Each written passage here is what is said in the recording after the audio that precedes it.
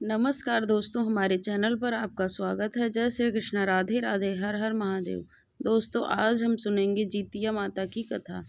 बोलिए प्रेम से जितिया माता की जय। तो जितिया का व्रत अपने संतान की लंबी आयु और सुख शांति के लिए किया जाता है। कहा जाता है कि जितिया माता जिस घर में पूजी जाती हैं, वहाँ संतान पर कभी कोई विपत्ति नहीं आती है। तो चलिए सुनते हैं जितिया माता की व्रत कथा। एक बार नैमिषारण्य के निवासी ऋषियों ने संसार के कल्याण के लिए श्री सूत जी से पूछा, हे सूत जी, कलयुग में लोगों के बालक किस प्रकार दीर्घायु होंगे, सो आप कहिए। श्री सूत जी बोले, जब द्वापर युग का अंत हुआ पर कलयुग की शुरुआत हुई, उसी समय से 100 कुल स्त्रियां आपस में सलाह की, क्या इस युग में माता के जीवित रहते हुए पुत्र मर जाएगा। तब वह आपस में निर्णय कर गौतम जी के पास पूछने के लिए उसके पास जाती हैं। उस समय गौतम जी आनंद के साथ बैठे हुए थे।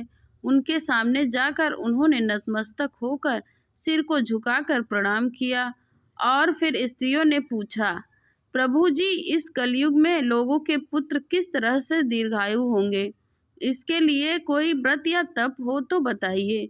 इस तरह उनकी बात सुनकर गौतम जी बोले, आपसे मैं यही बात कहूँगा जो मैंने पहले सुन रखी है।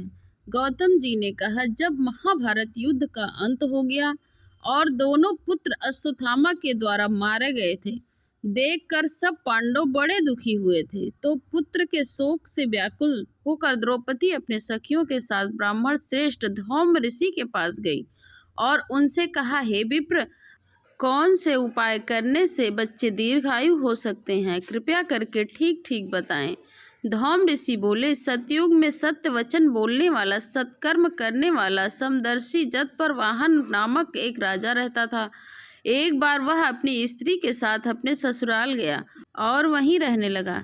एक दिन आधी रात के समय पुत्र के शोक से व्याकुल होकर एक स्त्री रो रही थी, क्योंकि वह अपने बेटे के दर्शन से निराश हो चुकी थी। उसका पुत्र मर चुका था। वह रोती हुई कहती है कि हाय, मुझ बूढ़ी माता के सामने मेरा पुत्र बेटा मर गया। उसके रुदन सुनकर राजा जीतवाहन का मानो हृदय कांप उठा था। वह तत्काल स्त्री के पास गया और उनसे पूछा, तुम्हारा बेटा कैसे मरा। बुढ़िया माई ने कहा, गरुड़ प्रतिदिन आकर गांव के लड़कों को खा जाता है। इस पर दयालु राजा ने कहा, माता, अब तुम रो मत, आनंद से बैठो, मैं तुम्हारे बच्चे को बचाने का कुछ प्रयत्न करता हूँ। ऐसा कहकर राजा उस स्थान पर गया जहाँ गरुड़ आकर प्रतिदिन मांस खाया करता था। उसी समय गरुड़ भी उस पर टूट पड़ा और राजा के शरीर का मांस खाने लगा। तब जब अतिशय गरुड़ राजा का बायां अंग खा लिया तो झटपट राजा ने अपना दाहिना अंग भी गरुड़ के सामने रख दिया। यह देखकर गरुड़ जी ने कहा, देव योनियों में तुम कौन हो, तुम मनुष्य तो नहीं जान पड़ते, अपना जन्म और कुल बताओ। पीड़ा से व्याकुल राजा ने कहा, पक्षीराज, इस तरह के प्रश्न करना व्यर्थ है, तुम अपनी इच्छा पूरी करो और मेरा मांस खाओ। यह सुनकर गरुड़ देव बड़े ही आदर के साथ राजा के जन्म और कुल की बात पूछने लगे। राजा ने कहा, मेरी माता का नाम संभ्या है और मेरे पिता का नाम शालिवाहन है। सूर्यवंश में मेरा जन्म हुआ है और जतवाहन में मेरा नाम है। राजा की दयालुता देखकर गरुड़ राज ने कहा, हे महाभाग, तुम्हारे मन में जो कुछ भी अभिलाषा हो सो कहो, जो वर मांगोगे मैं वही दूंगा। राजा ने कहा, पक्षीराज, यदि आप मुझे वर ही देना चाहते हैं तो दीजिए कि आपने जब तक जिन प्राणियों को खाया है वह सब जीवित हो जाएं।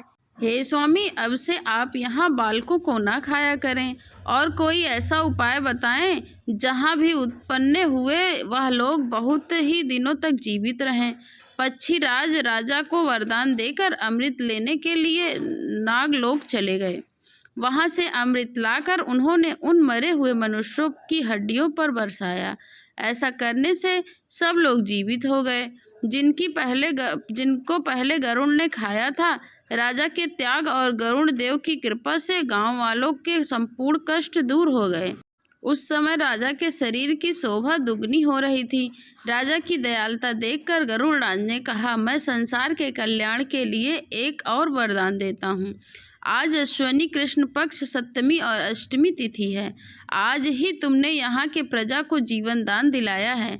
वत्स, अब से यह दिन ब्रह्म भाव को ही हो गया है, जो मूर्ति भेद से विविध नामों से विख्यात है।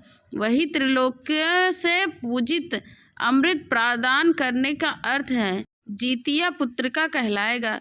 जो स्त्रियां जीवित पुत्रिका के उस कुश को आकृति बनाकर तुम्हारी पूजा करेंगी तो दिनों में उनका सौभाग्य बढ़ेगा और वंश की प्राप्ति होगी। हे महाभाग, इस विषय में विचार करने की आवश्यकता नहीं है। हे राजन, सप्तमी में रहित और उदय तिथि की अष्टमी को व्रत करें, यानी सप्तमी विधि अष्टमी जिस दिन हो उस दिन व्रत न करें।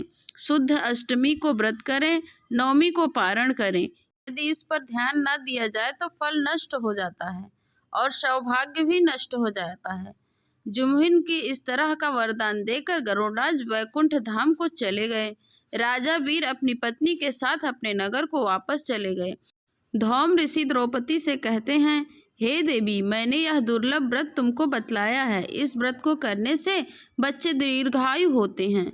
हे देवी, तुम इस व्रत को विधि पूर्वक करो, तुम्हें अच्छे फल की प्राप्ति होगी। धौम ऋषि की बात सुनकर द्रौपदी के हृदय में एक बार कौतूहल उत्पन्न हुआ और पूर्ववासिनी स्त्रियों को बुलाकर उनके साथ उत्तम व्रत किया। गौतम जी ने कहा, इस व्रत की महिमा और इसके प्रभाव को एक चील ने सुन लिया, अपनी सगी सियारन को बताया। इसके बाद पीपल के वृक्ष की शाखा पर बैठकर उस चीली ने पीपल वृक्ष के खोखले में बैठकर सियारन ने भी व्रत किया। फिर चीली किसी उत्तम ब्राह्मण के मुख से यह कथा भी सुनी और पीपल के खोखले में बैठी हुई अपनी सखी को सुनाया। सियारन ने भी आधी कथा सुनी थी कि उसे भूख लग गई और उस वहीं शव में भरी हुई शमशान में पहुंच गई। वहां उसने इच्छा भर मांस खाया और चील बिना कुछ खाए पिए रह गई और सवेरे हो गया।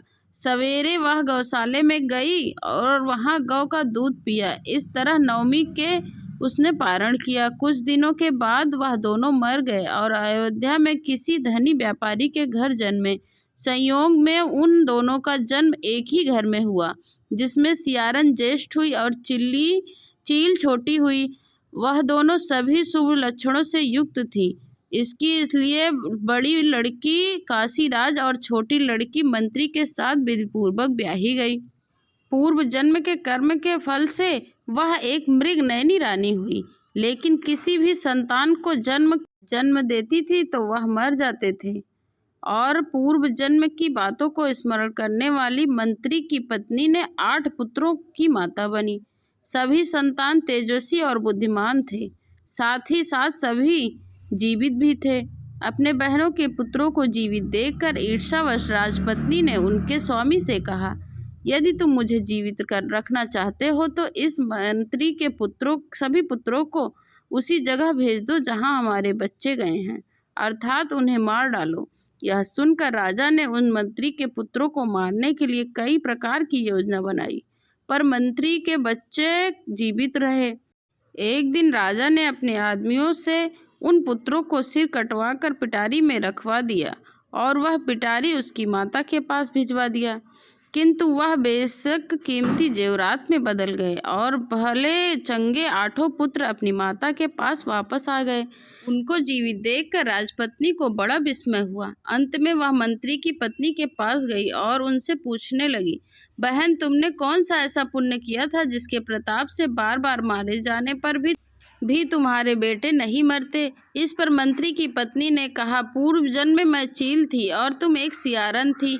हम दोनों जितिया का व्रत किए थे। तुमने व्रत के नियम को भली भांति पालन नहीं किया था और मैंने व्रत के नियमों का भली भांति पालन किया था। उसी दोष के कारण बहन तुम्हारे बेटे मर जाते हैं। अगर अभी भी तुम जितिया पुत्रिका की व्रत करो, जिससे तुम्हें बेटे की प्राप्ति होगी और तुम्हारे बेटे की दीर्घायु होगी। तुमसे सच सच कहती हूँ। उसके कहने अनुसार रानी ने भी व्रत किया। व्रत के प्रभाव से रानी को पुत्र हुआ और दीर्घायु तक जीवित रहा। श्री सूत जी कहते हैं कि सब प्रकार को आनंद देने वाला मैंने यह दिव्य व्रत बतलाया है। स्त्रियां चिरंजीवी संतान चाहती हैं जो विधिपूर्वक जितिया पुत्री का व्रत करती हैं। भगवान उन पर प्रसन्न होते हैं और अपनी कृपा बरसाते हैं। बोलिए जितिया माता की जय।